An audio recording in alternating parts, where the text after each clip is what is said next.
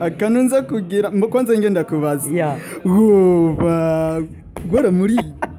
bro baravaja wahugo eka nawe nari none bacho ibigeni tuko tubikora ducishije mu kwigisha ubutumwa sivyo hamwe turavuga twahanura mbere no mu minsi imbere twameza nko bistopa gato muri minsi turugwire mu ndirimbo tubo turakora mari challenge y'amarimbo menshi urabizi no kandi ntanzegere muneremo no mbe burya bro kwa muri kora zijya remix no kuba mukina comedy niye mushura kwa mona ko ariko ra flowing cyane gose ko muvodo yo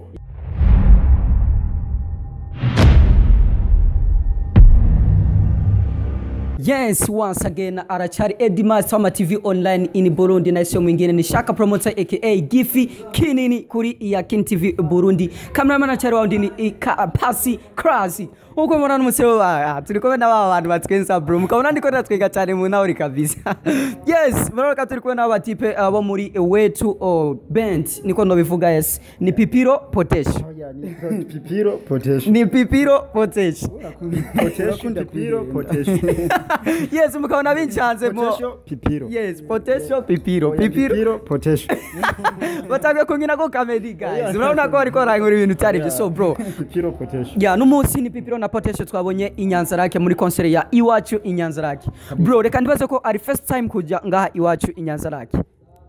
Ona kibazo kabese iryo giri nicyo jambo vuze riso butwumva ya ni ijambere cyangwa first time kuza iwacu ngaha Inyanza-lac ndi ivyo vuze kuza ngaha iwanyu Inyanza-lac yes ya urumva ni Pipiro afise ama diranger mesh bro ara diranger kabisa ya Potesho Potesho so bro mwimva gutonera kwa muri iwacu mu karere k'Inyanza-lac mari Inyanza-lac ya ndahomva neza cyane gose n'ahantu haryoshe ahantu kuruzi ari kiyaga ushatse uragifi mukanawe nari ya no problem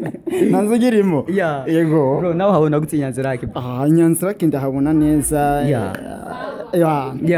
umutekano ni wose muri make mugabo nkuko mugenzanja bivuze mwene wacu hafi nariye kandi hegereye Tanganyika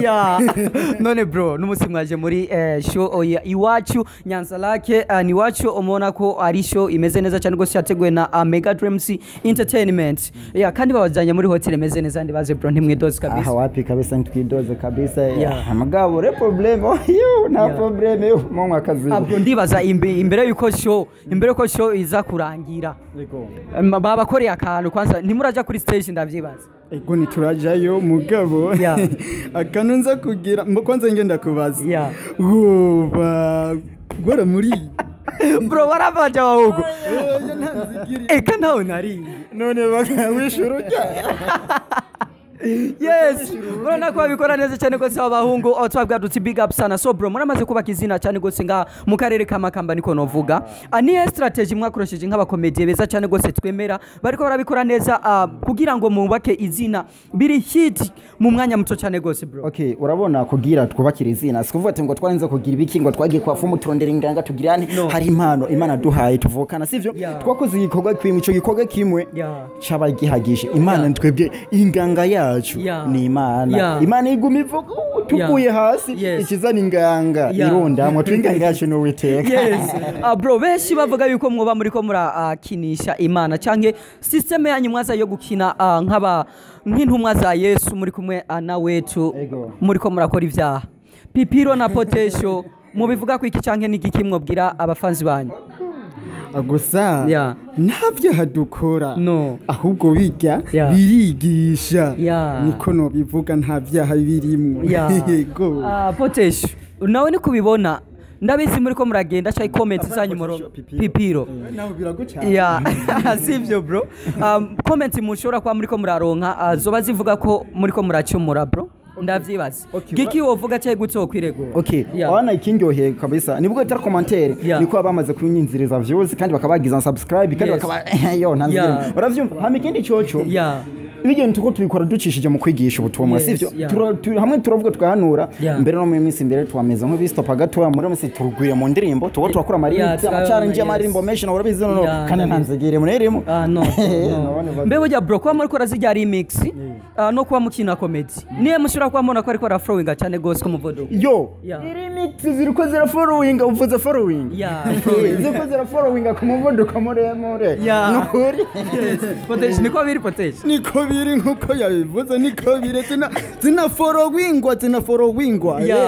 bro mudukiraga comedy gatoyi musubiramo kajya kantu mwagize ngo woba waramuriye none kajya kantu ninde bariye bagiye iki cyahe bimeze gute tukunze kuvuga Yesu araryo kandi araryo woba waramuriye kanawe nari ntubareye surumugani Yesu banavuga bro murumva ko ari babatipa bikora neza cyane gose muri way to band mbe bujya bro dukunda kubona kuri Wakalight TV ariko mukaba kandi hari indi band ya way to band mbe bimeze gute urabona munagora ko tubona kuri muri Wakalight TV Wakalight TV reka dufate kari kigo cyiza cyane gose akese yubakwe ibyo n'umuvyeyi wacu n'atureze ni watugije no kuri ntambo kabisa yubakwe big up sana yego ariko imbere ko mujya muri akes muri Wakalight TV mwari muri way to band nawe nyene no muri way to band twese ahubwo twari muri waka mu nyuma bikoroganye tumera nk'abacoko nandi twese twatanguriye muri waka so bro reka twabwira tuti big up sana gose mukora ibintu bimeze neza cyane gose turabakunda atwashaka mubwira akajambo kamwe gusa abafansi banyu bakirikirana Yakin Burundi TV akajambo kamwe gusa mubabwira bakunzi ba Yakin Burundi TV nuko nyene ikintu kiriho kabisa Imana ikunda bayo icyo tubasaba ni kuguma mugira subscribe mwongeramo na commentaire ramutazibagira kandi ibintu byose bisabwa ibaze nawe inanzegere nawe bro akajambo kamwe babwira bari akajambo nobwira abakunzi ba Yakini ambeni Yakini TV in Burundi apa nyene Nyanza-lac